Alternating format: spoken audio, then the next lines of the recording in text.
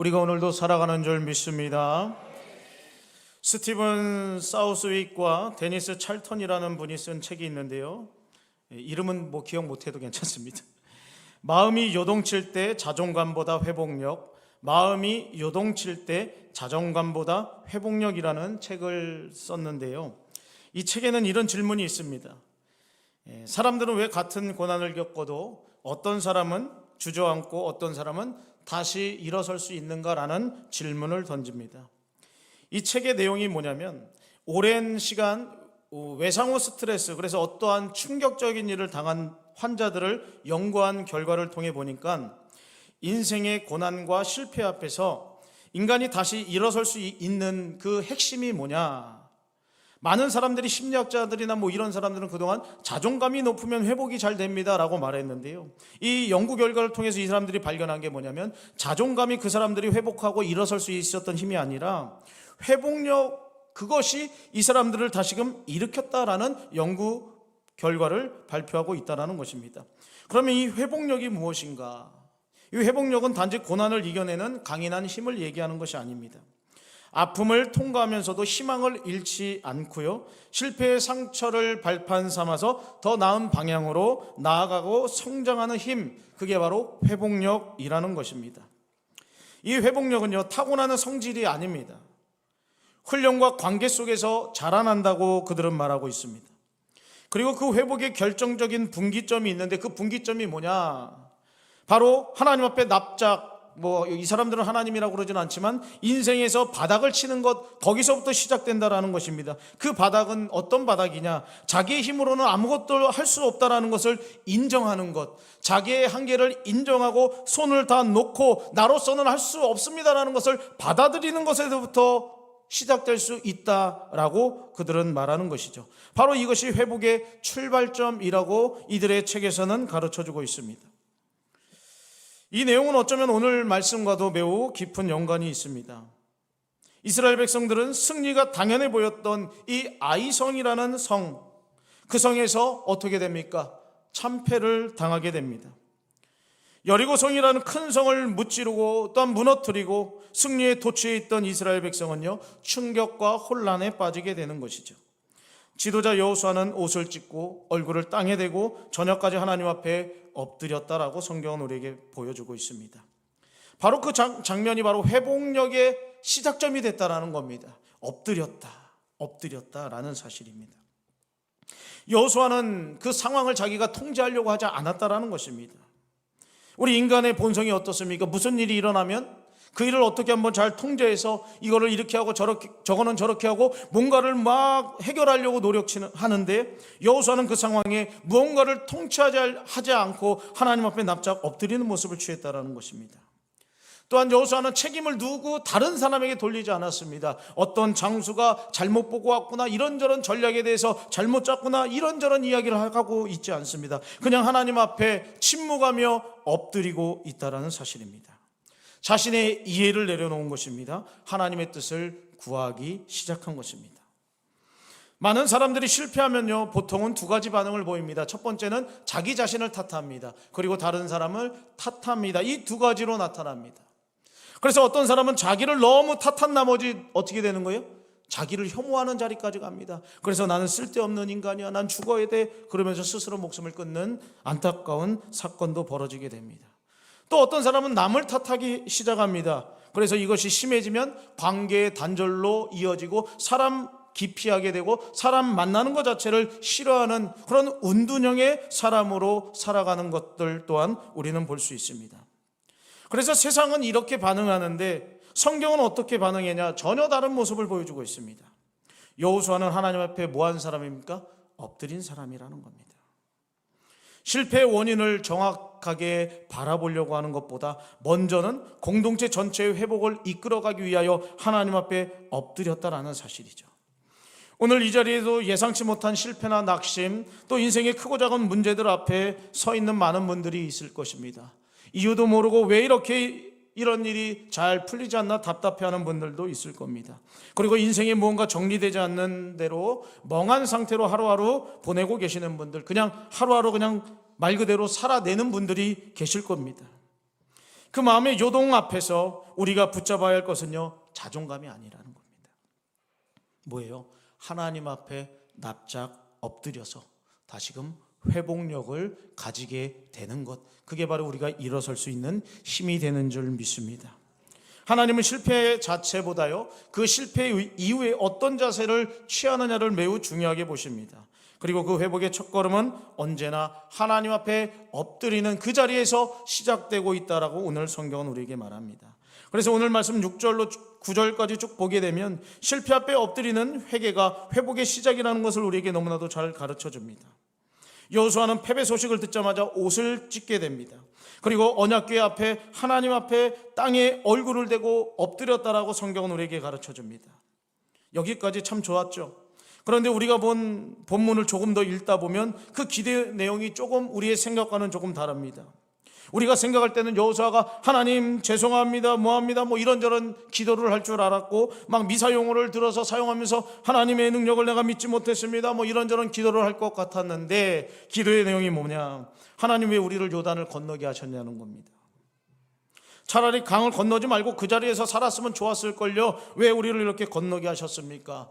왜 이렇게 이 지경까지 만들어서 당신의 이름이 이제 어떻게 되겠습니까? 하나님의 이름이 땅에 떨어집니다. 어떻게 합니까? 이렇게 하나님 앞에 조금은 과격한 말처럼 들리는 기도를 하고 있습니다. 여호수아는 분노했습니다. 혼란스러웠습니다. 낙심하기도 했습니다. 그러나 중요한 것은 그런 모든 감정을 가지고 지금 누구에게 나갔다는 겁니까? 하나님 앞에 나갔다는 게 중요한 겁니다. 그런 사람 있죠. 혈기 나면, 시험 들면, 화가 나면 교회를 떠나는 사람이 있습니다. 그건 회복될 기미가 안 보이는 거예요. 실패했습니다. 낭망했습니다. 고통 가운데 있습니다. 우리의 마음이 상했습니다. 그럴 때 그런 감정을 가지고 어디로 가는 거예요? 하나님께로 가는 거예요.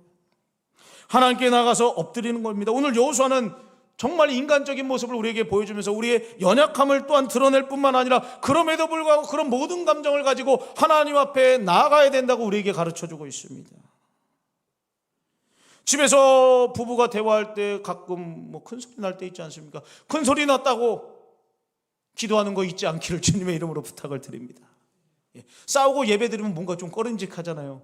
싸우고 뭔가 기도하려고 하면 괜히 좀 불편하잖아요. 가식 같고, 좀 이상한 것 같고, 뭐 그런 느낌을 받을 때가 있단 말이죠. 그럼에도 불구하고 싸우신 다음에 우리의 감정이 막 북받쳐 오르는 그런 순간에도 그런 모든 감정을 가지고서라도 하나님 앞에 나가 엎드릴 때 하나님은 우리의 기도를 들어주시는 줄 믿습니다. 많은 사람들은 실패를 했을 때 감정을 억누르려고 합니다. 그래서 사람들에게 그 감정을 들키지 않으려고 해요. 다른 사람에게 분풀이를 하려고 하는 사람들도 있고, 때로는 스스로를 탓하다가 깊은 어둠 속으로 빠져들 모습을 보기도 합니다. 그러나 여호수아는 다른 모습을 보여줬습니다. 모든 실망과 좌절과 심지어 원망까지도 하나님 앞에 가지고 나가서 하나님 앞에 기도하고 있다는 것입니다. 그게 어쩌면 진짜 기도인 거예요. 어떻게 보면 그게 진짜 회개의 첫 걸음이 되는 것이고, 진짜 기도의 출발점이 바로 거기서부터 시작될 수 있다는 말입니다. 사랑하는 성도님들, 여러분들의 마음이 얼마나 지금 어렵고 힘든 가운데 있는지는 모르겠지만 그 문제, 그 감정, 어려움과 그 눈물을 삼키지 마시고 하나님 앞에 가지고 나아가서 마음껏 울어도 보시고 마음껏 소리쳐도 보시고 하나님 들어주시라고, 하나님 나의 마음을 하나님 앞에 토로한다고 라고 기도할 수 있는 그런 엎드림의 출발점이 되시기를 주님의 이름으로 축복을 드립니다. 오늘 말씀에 보면 엎드렸다라는 표현이 나옵니다. 이것은 단순하게 그냥 몸만 엎드린 것이 아닙니다. 이 엎드렸다라는 것은요, 완전히 항복하는 자세인 것입니다. 존재 전체를 하나님 앞에 내어놓습니다라는 그런 모습을 보여주고 있다라는 사실입니다. 여호수아는 하나님 뜻 앞에 나의 이해를 내려놓은 것입니다. 그런 마음으로 정말 항복하는 자세로 하나님 앞에 나아갔다는 것입니다. 이게 바로 회복력의 시작이 되는 거예요. 여러분들의 인생이 저는 꼭 회복되기를 주님의 이름으로 축복을 드립니다. 그러기 위해서는 하나님 앞에 항복하지 않고서는 그 인생 다시 일어날 수 없다는 거예요.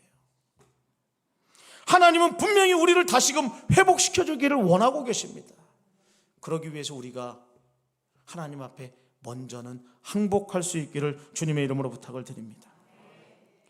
우리를 강화하거나 나의 상황을 좀 고치거나 나의 마음을 조금 정돈하거나 이 정도에서 출발하지 마시고 완전히 바닥까지 내려가서 완전히 하나님 앞에 두 손 두 발 다 들고 하나님, 나는 할 수 없습니다. 주님, 두 손 두 발 다 들고 하나님 앞에 나왔습니다. 천부여 의지할 곳 없어 하나님 앞에 나왔습니다. 하나님, 나를 받아주시고 나를 불쌍히 여겨 주시옵소서. 이런 항복하는 자세로 나아갈 때 하나님은 우리의 기도를 들으시고 그 시작을 통하여 하나님은 우리를 다시금 회복의 역사로 세워주시는 줄 믿습니다. 오늘 특별히 본문의 여호수아는 나라고 말하지 않고 우리라고 말하며 공동체를 함께 회개하는 그 모습을 우리에게 보여주고 있습니다. 내가 아니라 전체를 가지고 말하는 것입니다. 여기서 우리는 참된 리더십의 영성을 보게 되는 거죠. 책임을 전가하는 리더는 좋은 리더 아닙니다. 공동체의 아픔을 자신의 아픔으로 품는 태도, 이게 바로 좋은 리더의 모습이 되는 겁니다.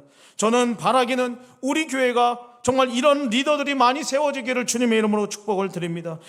제가 먼저 그렇게 살기를 원하고, 또한 이곳에 있는 우리 장로님들, 또한 중직들, 더 나아가 우리 모든 성도님들이 서로가 내 책임입니다, 내가 잘못했습니다, 나 때문입니다라고 그 무게를 짊어지려고 하는 많은 리더들이 세워지기를 주님의 이름으로 축복을 드립니다.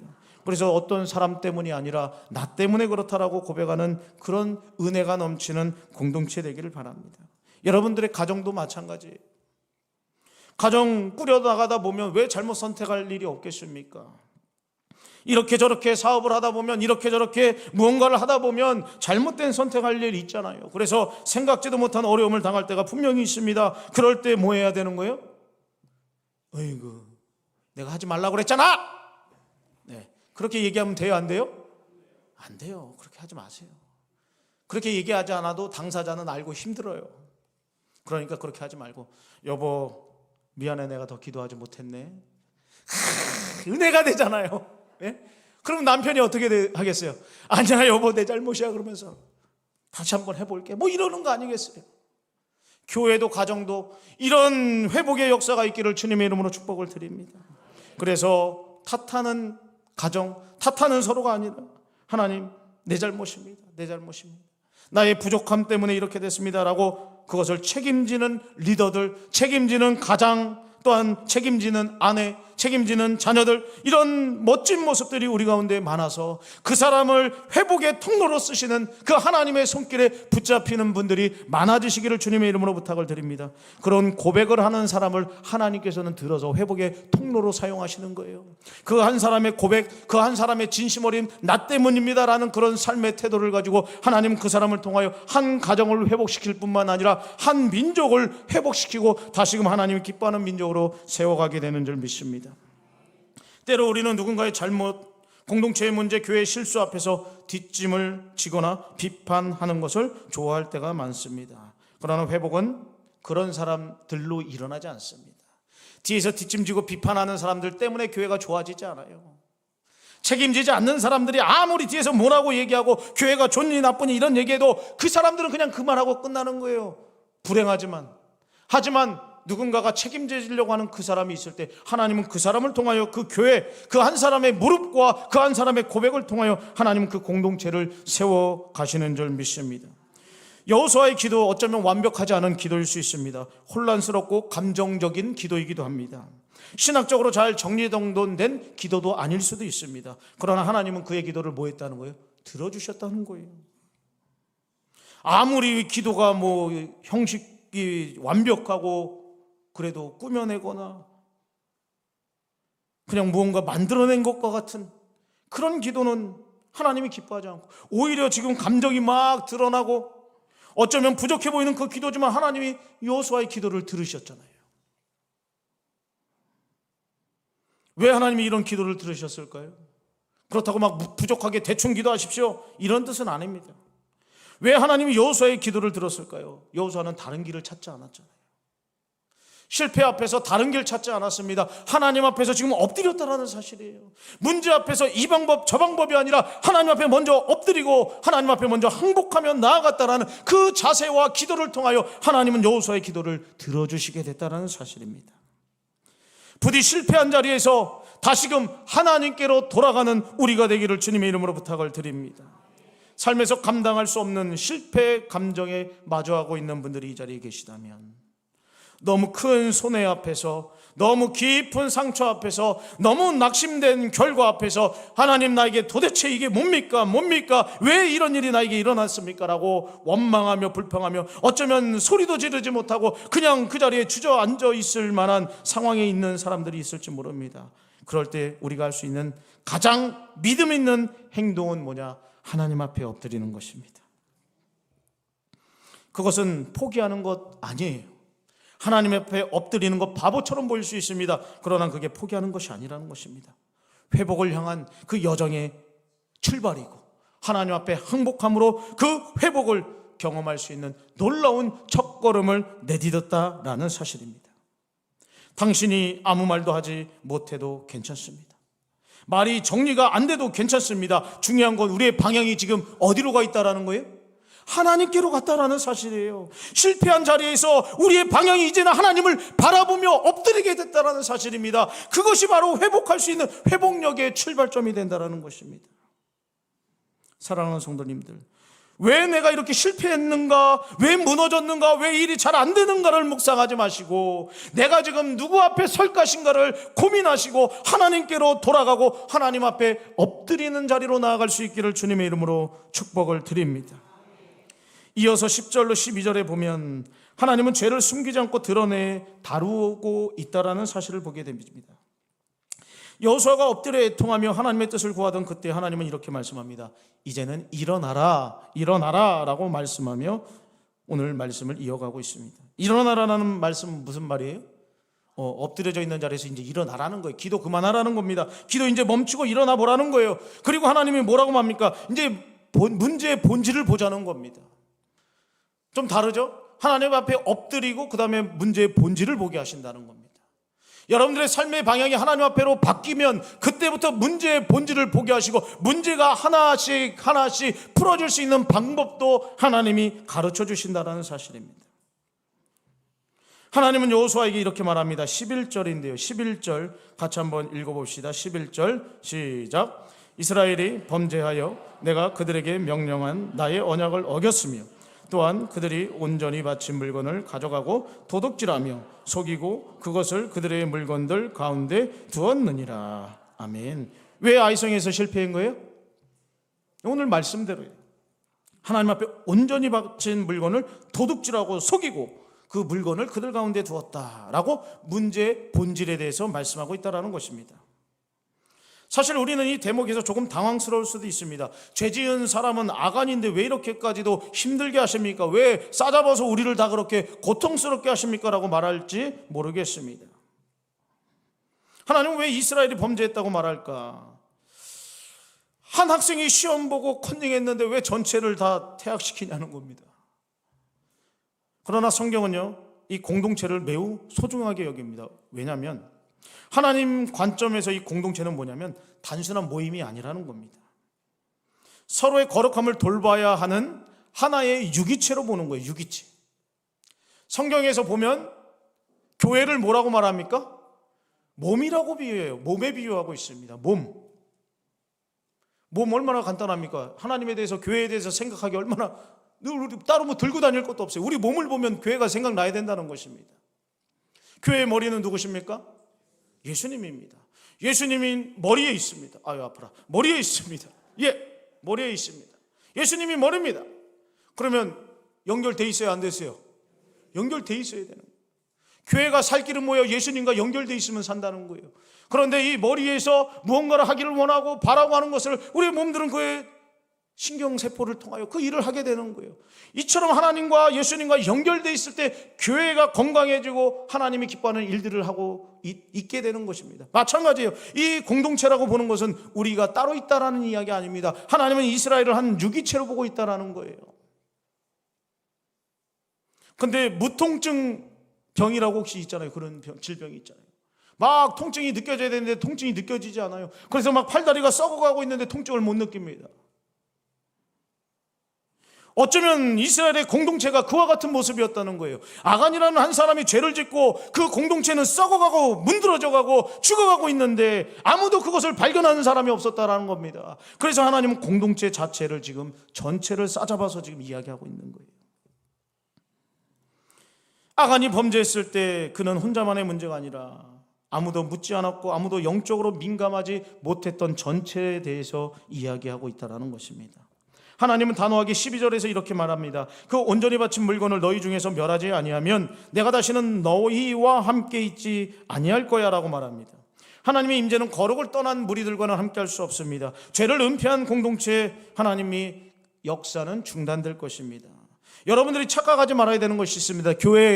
우리 교회 이야기를 한번 해볼까요? 우리 교회가 막 활발하게 뭔가 잘 되는 것 같습니다. 그런 모습만 보인다고 그 교회가 잘 되고 있다 못 되고 있다 판단하지 않기를 주님의 이름으로 부탁을 드립니다. 죄를 지었음에도 불구하고 하나님 안에 붙어있지 않음에도 불구하고 하나님과 상관없이 교회가 분주하고 바쁠 수도 있는 거예요. 뭔가 많이 하는 것처럼 보일 수도 있습니다. 그것만 가지고 판단하지 말자는 것입니다. 때로는 정체져 있는 것처럼 보일 수도 있습니다. 그러나 하나님과 함께하면 그것은 정체가 아닌 거예요. 그러니까 눈에 보이는 그것만 가지고 교회를 판단하거나 어떠한 기준을 세우지 말자는 것입니다. 더 중요한 건 우리 공동체가 하나님 앞에 거룩하게 나아가고 있는가, 많은 일을 하여서 사람들이 보기에 좋은 모습으로 하고 있느냐, 그건 나중 문제예요. 더 중요한 것은 우리가 하나님이 원하시는 그 거룩한 무리로 세워져 가고 있는가, 그것이 더욱더 귀하단 말입니다. 부디 우리 가운데 더욱더 이러한 죄들이 밝히 드러나고 하나님 앞에 죄를 숨기지 않을 뿐만 아니라 하나님이 드러내는 그런 죄악들에 대하여 하나님이 그 죄악들을 다루실 때 하나님 앞에 우리가 온전히 하나님 앞에 내려놓을 수 있기를 주님의 이름으로 부탁을 드립니다. 하나님은요, 죄진 그대로 내버려두지를 않길 원합니다. 하나님은 드러내셔요. 왜? 죄가 우리 가운데 있으면요 그냥 끝나지 않습니다. 죄는요 인격이에요. 죄라는 것이 우리 가운데 들어오면 어떻게 돼요? 자라나는 거예요. 자라나게 되는 거예요. 처음에 제가 들어왔을 때는 이러면 안 되는데 이러다가 어느 순간 어떻게 된 거예요? 아무렇지도 않은 거예요. 희한해요. 죄가 점점 자라게 됩니다. 그리고 죄가 자라게 되면 내 안에 죄가 생각뿐만 아니라 삶의 열매로 드러나기 시작합니다. 희한합니다. 죄는 어떠한 열매로 처음에 오지 않아요. 우리 안에 죄된 생각들로 마음으로 와서 그 마음이 그 안에서 자라고 자라서 죄라는 열매들, 여러 가지 열매들로 맺어지게 된다는 것입니다. 그것을 보면 죄는 우리 가운데 계속 성장하고 있음을 우리는 알 수 있다는 겁니다. 처음에는 양심의 소리를만 줄어듭니다. 그러나 결국은 기도의 힘도 약해지고 예배가 메말라가고 예배 감격도 없고 사람들과의 관계도 하나둘씩 거짓말로 거리낌이 생기고 또한 멀어지고 하나님의 임재가 우리 가운데 멀어지는 결과를 얻게 된다는 것입니다. 여러분, 이스라엘이 왜 아이성 전투에서 패배합니까? 전략이 없었습니까? 아니요, 전략 잘 세웠습니다. 정탐꾼을 보내서 그 성이 어떤지 잘 살폈습니다. 그리고 잘 살피고 와서 뭐라고 말합니까? 이 성은 작은 성이라 한 2-3천 명만 올라가도 우리가 능히 이길 수 있습니다라고 그것을 잘 분석했고 전략도 짰습니다. 그래서 3천 명이 올라갔습니다. 그런데 결과는 뭐였어요? 36명이나 죽음을 당하고 막 도망치는 그런 모습을 보였습니다. 왜 실패합니까? 싸울 준비를 잘 못해서요? 아니요, 싸울 준비를 안 한 것이 아니라 거룩의 준비를 하지 않았다라는 것입니다. 성경은 우리에게 지금 그것을 말하고 싶어하는 거예요. 그래서 공동체의 죄를 자꾸 다루시는 겁니다. 너네들 싸울 준비는 잘했어, 그러나 거룩한 준비는 했니? 라고 하나님은 우리에게 물어보는 거예요. 우리도 그렇지 않습니까? 무슨 일을 할 때 철저하게 준비를 합니다. 그러나 하나님의 마음이 어디 있는지는 잘 물어보지 않습니다. 회개할 준비, 거룩할 준비는 잘 하지 않습니다. 회개의 자리는 가볍게 여겨두고 다른 것들만 주렁주렁 가지고 가려고 할 때가 있습니다. 하나님은 이런 모습을 우리에게 기쁘다 말하지 않습니다. 하나님은 우리를 사랑하시기 때문에 우리와 함께 하시기를 원합니다. 그래서 우리가 무언가를 하기 전에 거룩의 문제를 먼저 다루기를 원하신다는 것입니다. 다시금 회복을 꿈꾸는 자들이 이 자리에 있습니까? 하나님의 길이 활짝 열리기를 원하는 분들이 있습니까? 그러면 여러분들이 거룩의 준비를 하시기를 주님의 이름으로 부탁을 드립니다. 하나님은 지금도 우리에게 묻고 계시는 거예요. 내 안에 나와 함께 할 수 없는 그 숨겨져 있는 그것이 뭐냐? 동시에 그것을 멸하지 않으면 나는 너와 함께 할 수 없다라고 우리에게 말하는 것입니다.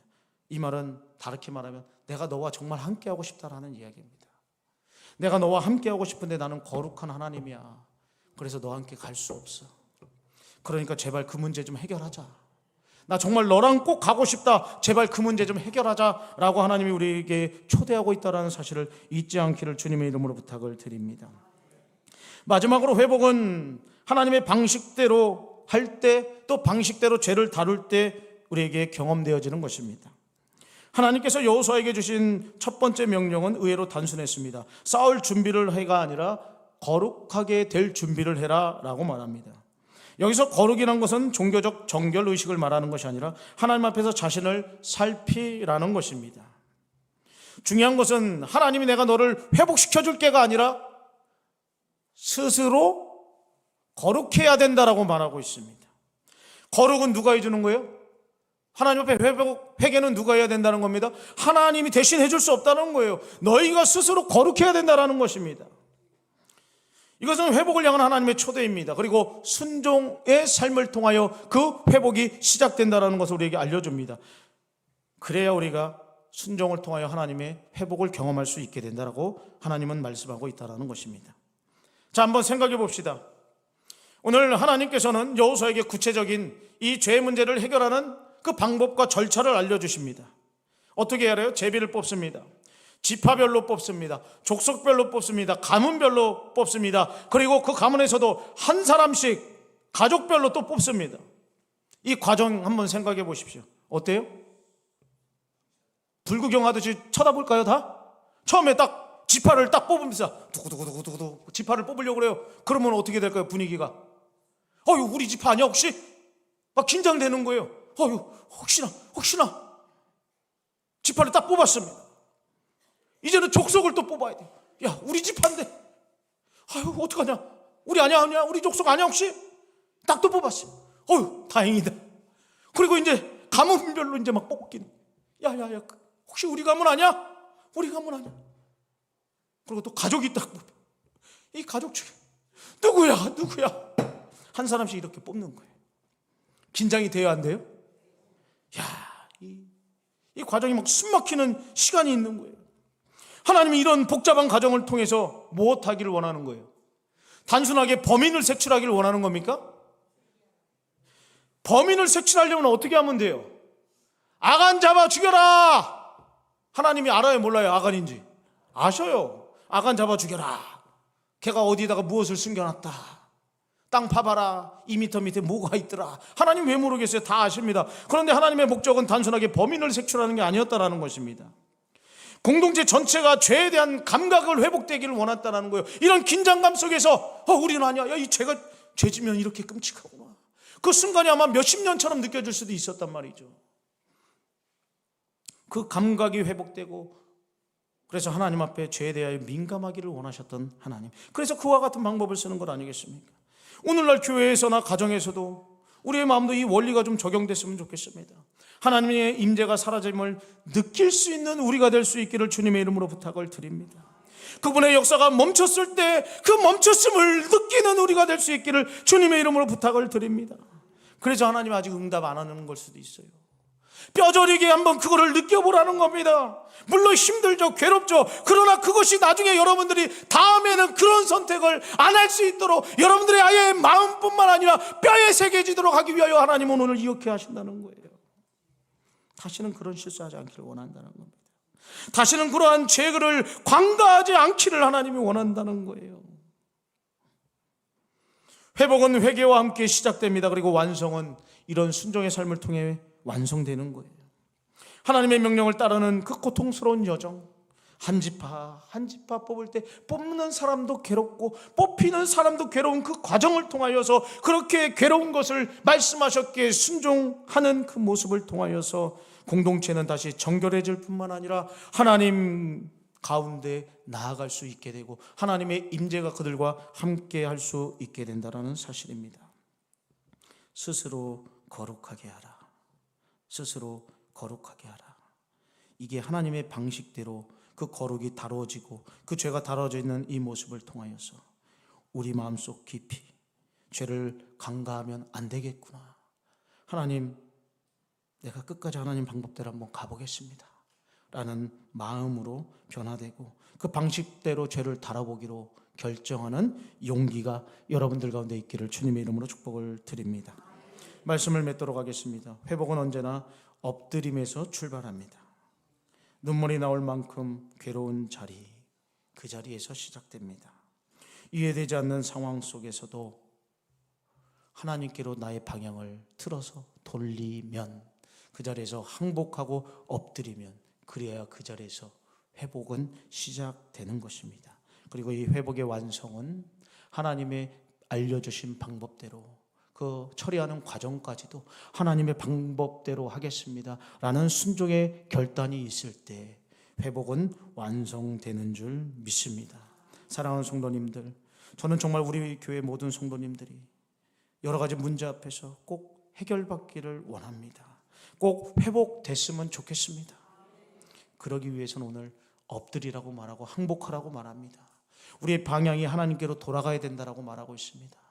그리고 우리의 모든 것들이 하나님 앞에서 들춰날 때 아프고 괴롭더라도 하나님의 방식대로 끝까지 그것을 순종하며 나아가겠습니다라는 결단이 있기를 원하고 계신다라는 사실을 기억하시면서 스스로 거룩해라, 일어나라, 내 앞에 엎드려라, 숨긴 것을 드러내라, 그리고 내가 너를 회복시킬 거야 라는 이 하나님의 음성이 우리 가운데 새겨져서 여러분들이 더욱더 그 마음에 그 말씀을 새기고 힘들더라도 엎드리시고 힘들더라도 하나님의 방식대로 한번 가보자 라는 것입니다. 그래서 우리 모든 성도님들이 회복을 경험하고 다시금 일어나서 아이성, 그 작은 성을 짓밟고 일어나 여러분들이 승리의 자리로 나아가는 그런 모든 분들이 되시기를 주님의 이름으로 축원을 드립니다. 말씀 붙잡고 주여 한번 부르시고 결단하며 기도하십니다.